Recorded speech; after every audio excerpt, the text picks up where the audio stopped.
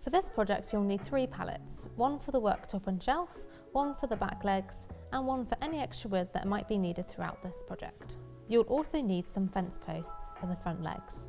We've used 3 75 by 75mm fence posts that are 1.8 metres long. For the tabletop you'll need to remove all of the slats from the first pallet. We would recommend using the Silverline 18-volt reciprocating saw, which will easily cut through any nails. You could also use wrecking bars.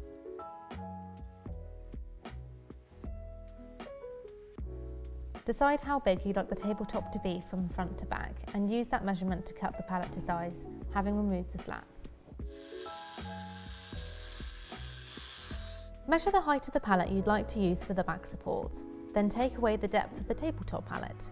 Use this measurement to cut the 2 fence posts to length. These will be the potting table's front legs.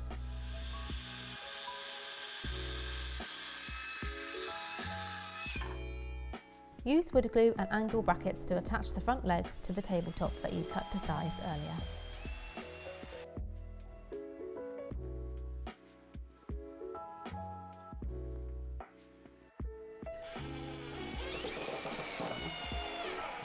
For extra support, you'll need to add 1 leg brace on each side using a fence post.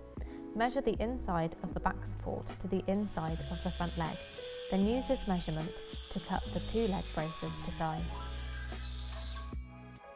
Use glue and screws to attach the leg braces, connecting the back support and front legs. Use a square for accuracy.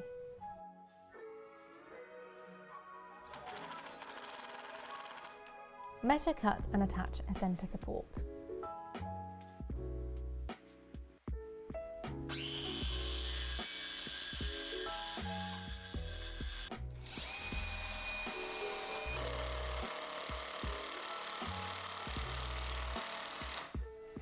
We decided to remove this slat and supporting block to give us a flat surface.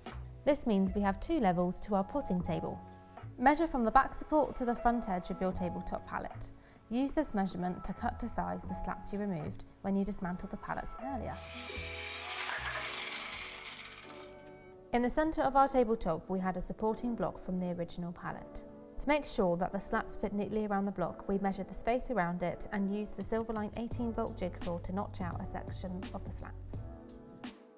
It's always helpful to mark the waste to make sure you're cutting away the right section.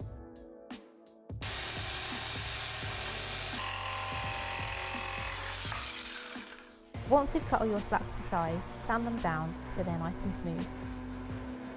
If your potting table has 2 levels like ours, repeat the process of measuring and cutting the slats to the required size.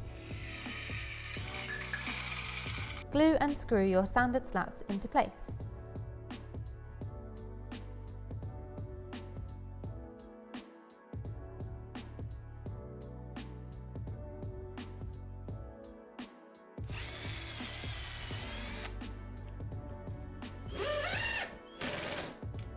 For the back section of the potting table, we decided to use just under half of the 3rd pallet. To remove the section, we used the Silverline 18-volt reciprocating saw, and because we weren't going through any nails, we swapped to the wood cutting blade. Using leftover support blocks from the pallets, we glued and screwed the back section to the rest of the potting table.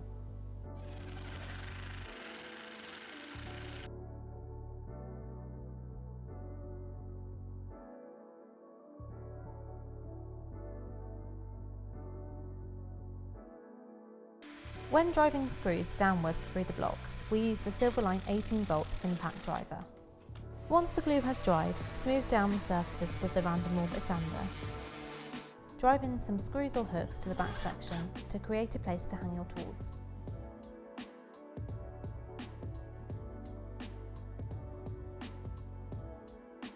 Now all that's left to do is enjoy your potting table.